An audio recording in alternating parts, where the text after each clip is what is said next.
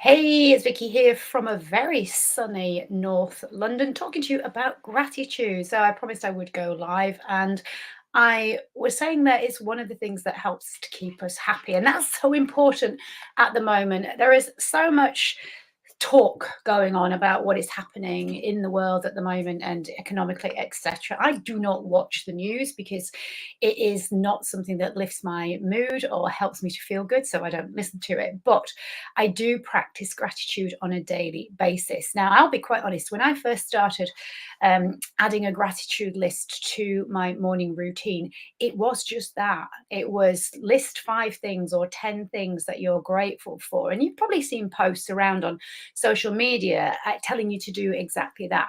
But this is not as helpful as you actually keeping a proper journal where you write a few sentences about why you are grateful for the thing that you're grateful for. And that's the difference between keeping a gratitude list and actually keeping a journal.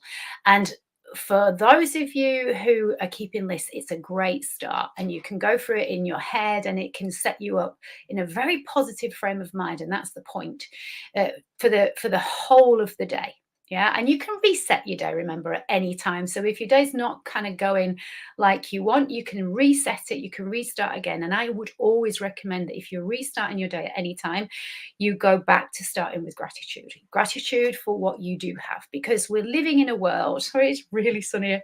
We're living in a world that seems to be focused on you wanting more, needing more, having more. In other words, it comes from a place of scarcity and lack. But when we're talking about gratitude, we're actually then by default coming from a place of abundance, of wealth, of we already have these things and we're grateful for them. And so this is, hi Marcus, this is what we need to think about. Now, if you can actually write some sentences and get really, really clear on why you are grateful, it is so much more powerful. So let's take something really, really simple. For example, something I wrote down in my diary this morning was that I was grateful for my bed, right?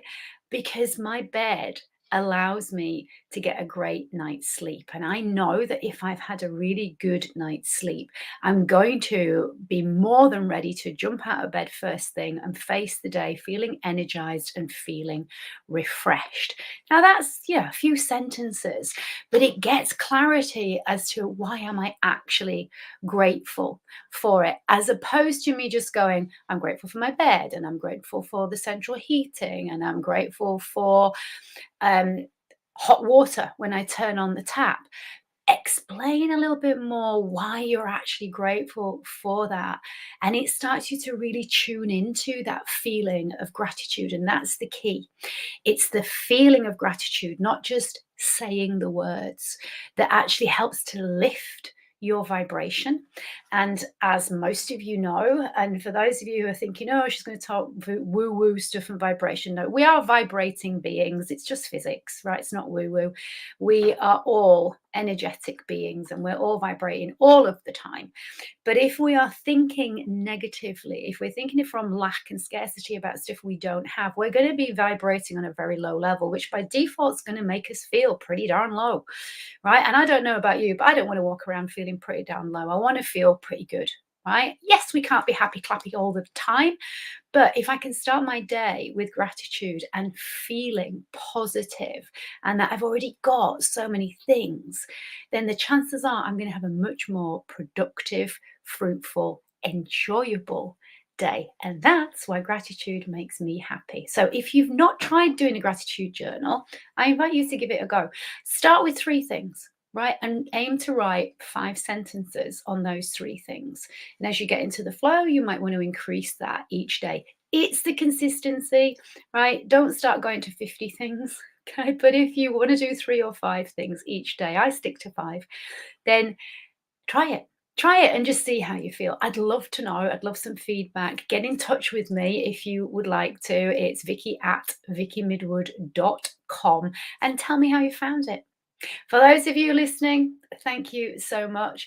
Yeah, money is also a gratitude, as is paying for goods and services with gratitude. Yes, an abundant mindset. You're absolutely right, Marcus. And that is all about keeping the energy flowing. And money is just energy, isn't it? Yes, we think about it in terms of coins and stuff, but it's just literally, it's an exchange. It's an exchange of services, it's an exchange of energy.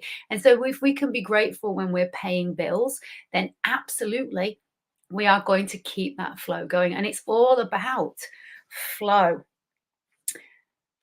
Absolutely. I don't know who you are, LinkedIn user. Unfortunately, it's just telling me LinkedIn user. But yeah, gratitude can absolutely change your life. And it's one of those things that, and it seems such a shame that we're not taught to do this at school. It should be part of, life skills basics 101.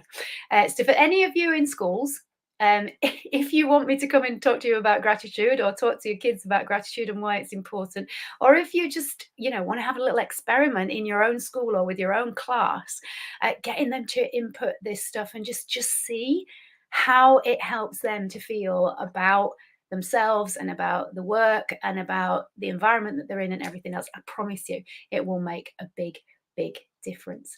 Thanks for watching, listening, and for those of you who are watching and listening on catch up, please do let me know if you've got any comments. I would love you to pop them in the comments box, and let's just keep being grateful. So have a wonderful Friday, whatever you get up to. Stay grateful, stay abundant, stay healthy. You are worth it. Take care.